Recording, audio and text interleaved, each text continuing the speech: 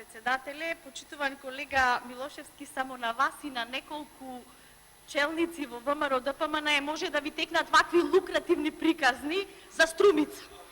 Сега ќе ви кажам јас дека има вистина во тоа што го зборувате, ама се однесува за Охрид за периодот од 2013-2016, кога вие во тој период, па мислам дека некаде 29 пати го менувавте законот за градење и посебен закон за Охрид измисливте, за да ги лапните за вашите челници најдобрите локации, тие што се забранети во централното јадро.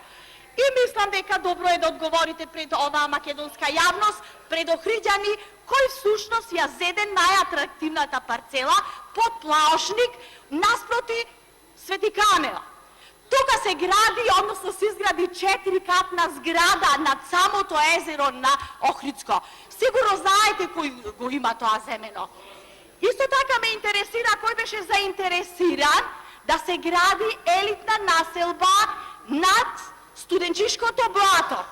Кој беше заинтересиран да се гради и да се донесе општ акт за Лагадин, за да се изградат оние хотели кои што се одма непосредно на Охридското крајбрежје.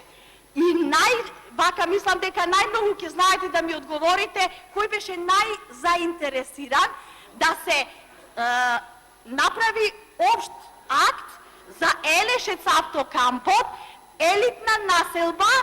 Ние тогаш разбравме дека многу е заинтересиран некој, еден од власниците на АСМ, кој што Елешец сакаше да го приклучи, да го земе за себе. Кога ќе одговорите на овие прашања, овие се реални прашања, бидејќи јас бев член на Комисијата за урбанизам како советник во општина Охрид, во времето кога имавте апсолутна власт и на локално и на централно ниво, ние од седница на седница не знаевме што се вие менувате во законот за градба. Сега зборуваме за нешто што е добро и за нешто што не излегува од некои нормални граници. Не зборуваме за земање на целосни парцели кои што се наоѓаат во заштитено јадро. Тука има закони, дополнително знаеме кој се носи, значи донесува одлука и одобрение за градби.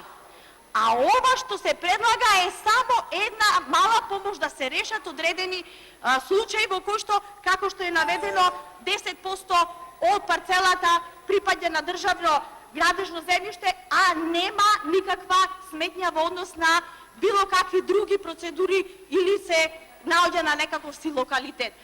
Го узурпиравте Плаошник.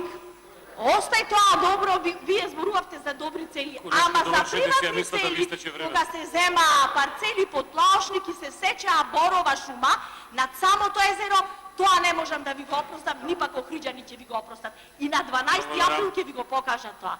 Ви благодарам.